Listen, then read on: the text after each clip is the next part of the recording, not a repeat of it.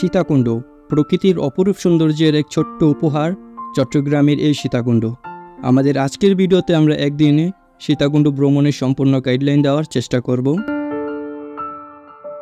তাহলে চলুন একসাথে পাহাড়, সমুদ্র এবং ঝর্ণার এক অপরূপ সৌন্দর্যে হারিয়ে যাওয়া যাক। জেনে রাখা ভালো, ঢাকা থেকে সীতাকুণ্ডর দূরত্ব প্রায় 215 কিলোমিটার। সীতাকুণ্ড ট্যুর কম বাজেটে কমপ্লিট করার জন্য চট্টগ্রাম মেল ট্রেনের কোনো বিকল্প নেই। সবাইকে আবার ওই ভিডিওতে স্বাগতম জানাচ্ছি কমলাপুর রেল স্টেশন থেকে। আমি আজকে আপনাদের এই ভিডিওর মাধ্যমে জানাবো কিভাবে আপনারা কম টাকার মাধ্যমে সবথেকে সুন্দরভাবে এই ট্যুরটি কমপ্লিট করতে পারেন। আমরা ঢাকা থেকে সীতাকুণ্ডের উদ্দেশ্যে রওনা দিই 29শে মে 2024 তারিখে। আমরা বাসা থেকে বেরিয়ে কমলাপুর পৌঁছাই ঠিক রাত 9টায়। আমাদের জানা মতে কমলাপুর থেকে চট্টগ্রাম মেল ছেড়ে যায় রাত 10টা 30 মিনিটে, বাট যাওয়ার পরে জানতে পারি আজ চট্টগ্রাম মেল কমলাপুর ছেড়ে যাবে রাত 11টা 45 মিনিটে। তারপর আমরা সিটে করে যাব নাকি কেবিনে করে যাব সেই কনফিউশনে আর টিকিটই কাটিনি এবং অবশেষে আমরা এসি কম্পার্টমেন্টের এই কেবিনটিতে করেই রওনা দিই সীতাকুণ্ডের উদ্দেশ্যে। এর আগে আমরা একটি ডাবল বেডের নন এসি কেবিন ঠিক করি 1000 টাকায়, বাট পরে এসি কম্পার্টমেন্টে এই কেবিনটি পছন্দ হওয়ায় 1500 টাকায় ঠিক করে নেই। পাবেল ভাই কি করে? পাবেল ভাই ড্রেস চেঞ্জ করে নাকি? বাজিত ভাই কই যাচ্ছি? কই যাচ্ছি আমরা? হালাইতে ট্রেনে এসি কেবিন নিছি, বরিশাল যাচ্ছি। আর যারা সুবন চেয়ারে করে যাবেন তারা 140 টাকা করে টিকিট কেটে ট্রেন লাইনে দেওয়ার সাথে সাথে উঠে পড়বেন, কারণ এখানে কোনো সিট নাম্বার নেই, যে আগে বসতে পারবে সেই সিট পাবে। আরেকটি কথা জেনে রাখা ভালো, বৃহস্পতি, শুক্র, শনি এবং সরকারি ছুটির দিনগুলোতে এই ট্রেনে যাত্রীর চাপ থাকে অত্যাধিক বেশি। সেই ক্ষেত্রে আপনাকে সতর্কতার সাথে সিট দখল করতে হবে, নয়তো সারা রাত দাঁড়িয়ে জার্নি করতে হবে। আমাদের এইবারের সফর সঙ্গী চট্টগ্রাম মেল সীতাকুণ্ডের উদ্দেশ্যে কমলাপুর ছেড়ে যায় রাত 11টা 45 মিনিটে।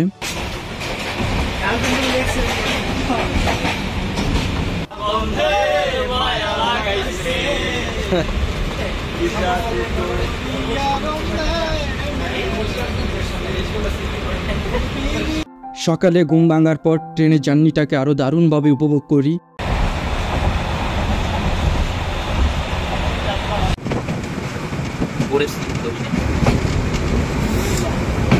ইন মাই পুরানা জেলা, আগে তো ব্রাহ্মণবাড়িয়া কুমিল্লা একই ছিল, পরে বাগ হয়ে গেল গা। সকালে স্নিগ্ধ বাতাসে শান্তির পরশ গায়ে মাখিয়ে ছুটে চলছে আমাদের ট্রেনটি আপন গতিতে।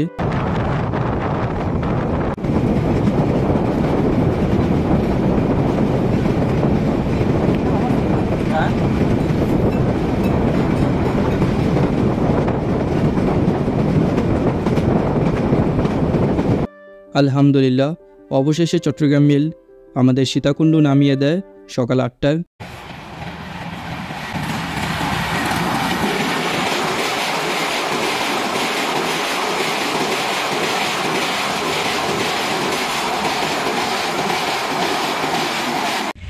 ওই যে টিটি ওদের কাটকাইছে, আমি চালাক বলে আমি সরে পড়েছি। দুনিয়াতে একটু চালাক না হলে টিকে থাকা। তারপর আমরা সারাদিনের জন্য একটি সিএনজি রিজার্ভ করি 1100 টাকায়। এটি আমাদের আর সারাদিন ঘুরিয়ে রাতে সীতাকুণ্ড বাস স্ট্যান্ডে নামিয়ে দেবে। দেন চন্দ্রনাথ পাহাড়ের নিচ থেকে সকালের নাস্তা সেরে নিই পার পারসন 50 টাকা করে। চন্দ্রনাথ পাহাড়ে ওঠার পূর্বে আপনারা দুটো রাস্তা দেখতে পাবেন, একটি হচ্ছে ডান পাশের সিঁড়ি রাস্তা এবং আরেকটি হচ্ছে বাম পাশের সোজা উঁচু রাস্তা। পাহাড়ে ওঠার ক্ষেত্রে আমরা বাম পাশের উঁচু রাস্তাটি ব্যবহার করব। পাহাড়ে ওঠার সময় আপনারা পেয়ে যাবেন খাবার, পানি, স্যালাইন, আচার সহ বিভিন্ন অর্নামেন্টসের দোকান, যেখান থেকে আপনারা প্রয়োজন মতো কেনাকাটা করতে পারবেন। প্রথম অবস্থায় এমন সহজ পথ দেখে ভেবেছিলাম এটা জয় করা তো কোনো ব্যাপারই না, বাট এরপর যা হয় তার জন্য রাসেল ভাই আমি মোটেও প্রস্তুত ছিলাম না। এতটা পথ হাঁটার পর পা যেন আর চলছিলই না, তার উপর আবার খাড়া এই পাহাড় মনে আতঙ্ক সৃষ্টি করে দিচ্ছিল। চন্দ্রনাথ পাহাড়ের প্রতিটি স্পটই এক একটা ভিউ পয়েন্ট এবং এখান থেকে আপনারা প্রকৃতির অপরূপ সুন্দর একটি ভিউ দেখতে পাবেন।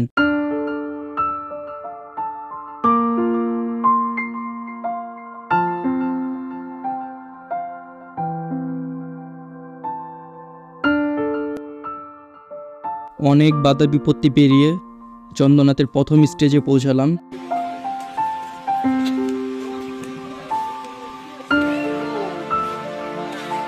এই যে আমরা চন্দ্রনাথ পাহাড়ের প্রথম স্টেজ শেষ করে দূরের ওই যে মন্দিরটি দেখা যাচ্ছে, এখন আমরা ওখানেই যাব। ওটাই চন্দ্রনাথ পাহাড়ের সর্বোচ্চ চূড়া।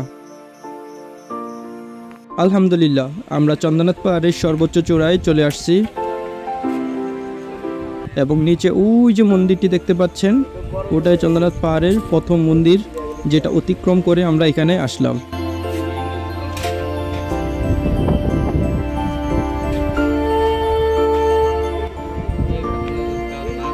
পাহাড়ে উঠতে আমাদের প্রায় 1.5 ঘন্টার মতন সময় লেগেছিল। এখন আমরা নিচে নামছি। সিঁড়িগুলো প্রচণ্ড রকমের খাড়া এবং উঁচু, যার ফলে নামার সময় হাঁটু কাঁপে এবং হাঁটুতে প্রচুর প্রেশার পড়ে, তাই নামার সময় আপনারা খুবই সতর্কতার সাথে নামবেন। দেন পাহাড় থেকে নেমে লাঠিগুলো জমা দিয়ে আমরা আমাদের রিজার্ভ করা সিএনজি যুগে রওনা দিই খৈয়াছড়ার উদ্দেশ্যে। বারোয়াডিলা পার হয়ে এখন আমরা খৈয়াছড়া বাজারের খুব কাছাকাছি। এই হচ্ছে খৈয়াছড়া বাজার। এখন আমরা আমাদের রিজার্ভ করা সিএনজিতে ব্যাগ জুতা জমা রেখে ঝর্ণার উদ্দেশ্যে পায়ে হেঁটে রওনা দিব। এছাড়াও আপনারা এখানের দোকানগুলোতে ব্যাগ জুতা জমা রাখতে পারবেন এবং খাবার হোটেলগুলোতেও রাখতে পারবেন, খাবার অর্ডার করার সাপেক্ষে ফ্রিতে। এখন আমরা ঝর্ণার রানী খৈয়াছড়ার উদ্দেশ্যে জিরিপথ দিয়ে রওনা দিলাম।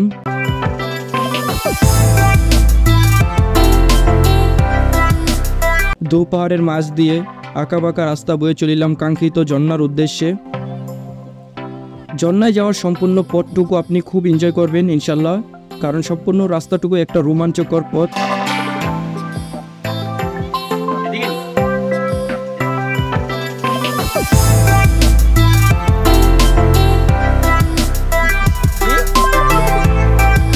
কিছু পথ চলার পরই ঝর্ণার পানি জিরিপথ দিয়ে বয়ে চলার আওয়াজ শুনতে পাবেন।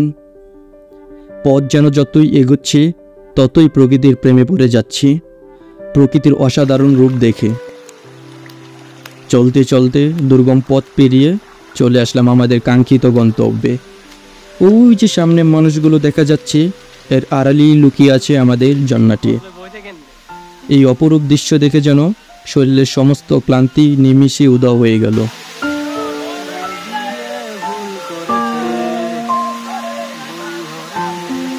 আমাদের খৈয়াছড়া বাজার থেকে এই পর্যন্ত ট্রেকিং করে আসতে সময় লেগেছে প্রায় 40 মিনিট।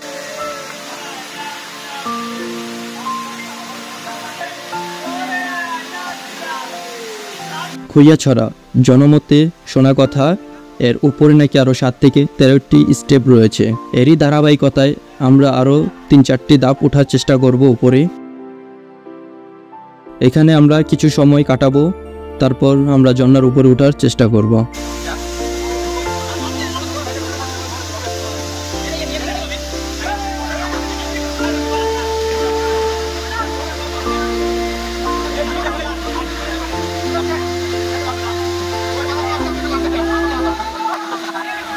এখন আমরা উপরের দিকে উঠছি। আপনারা যারা উপরের দিকে উঠবেন তারা অবশ্যই সতর্কতার সাথে উঠবেন।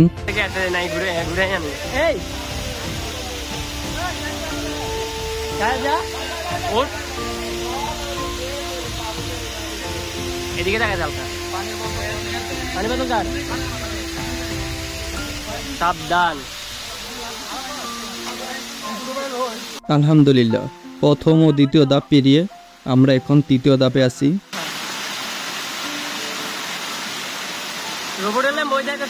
দ্বিতীয় ধাপের ঝর্ণাটি অতি রিক্সি হয়, সেখানে আমরা 2-4 মিনিট থেকে উপরে চলে আসি। আপনারাও দ্বিতীয় ধাপের ঝর্ণাটি এড়িয়ে চলার চেষ্টা করবেন। চলুন এখন প্রকৃতির সান্নিধ্যে কিছুটা সময় হারিয়ে যাওয়া যাক।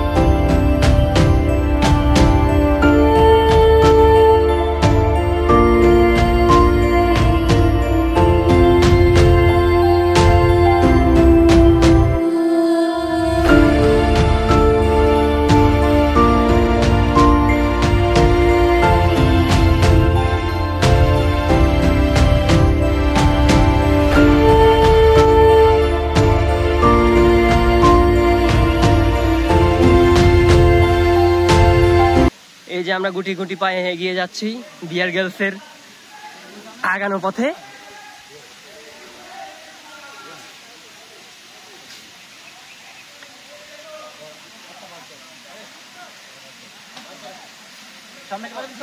না পিছনে ক্যামেরা।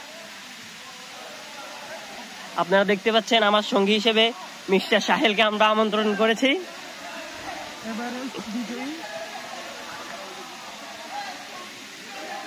বিয়ার গার্লসের এই রাউন্ডের বিজয়ী উইনার মিস্টার সাহেল। রানার্স আপ হচ্ছেন আমাদের প্রাণপ্রিয় ভয়ঙ্কর আত্মঘাতিক পাবেল আহমেদ। এখন আমাদের এই জায়গাটা নামতে হবে পুরা খাড়া নিচা। বেশ খানিকটা সময় আমরা এখানে কাটিয়ে এখন নিচে নামছি নেক্সট গন্তব্যের উদ্দেশ্যে।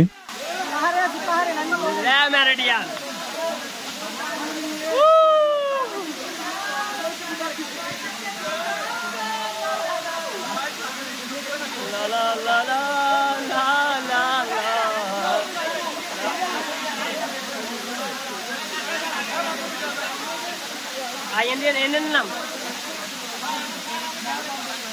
বেটা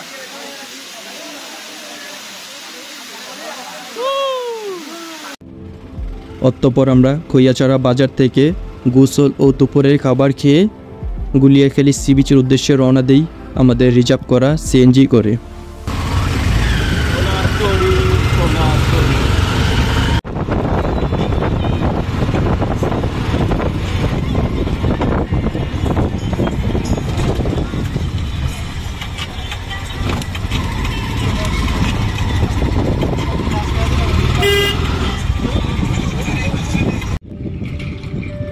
আলহামদুলিল্লাহ আমরা চলে আসলাম গুলিয়াখালী সমুদ্র সৈকত। বৃষ্টির সময় এই জায়গাগুলো সম্পূর্ণ পানিতে তলিয়ে যায়। এখান থেকে আপনারা চাইলে বোট ভাড়া করেও ঘুরতে পারেন। আমরা এখান থেকে হাঁটতে হাঁটতে যাব সেই শেষ মাথায়, যেখানে গেলে আমরা সমুদ্রের দেখা পাবো।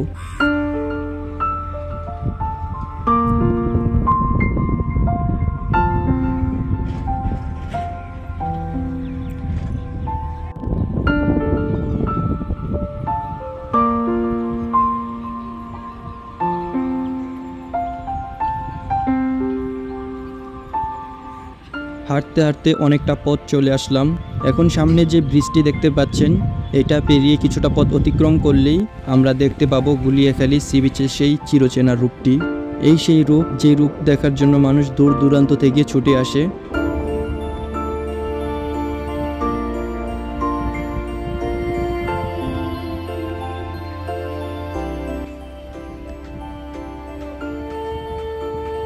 দেখতে পাচ্ছেন এখন সমুদ্রের জোয়ার চলছে। সেই দূরের গাছগুলো ডুবিয়ে জোয়ার ক্রমশ পারে অগ্রসর হচ্ছে।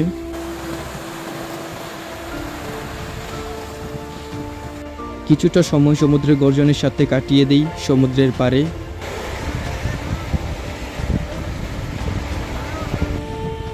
দেখতে দেখতে সন্ধ্যা গনিয়ে এলো, এখন আমাদের ফিরতে হবে।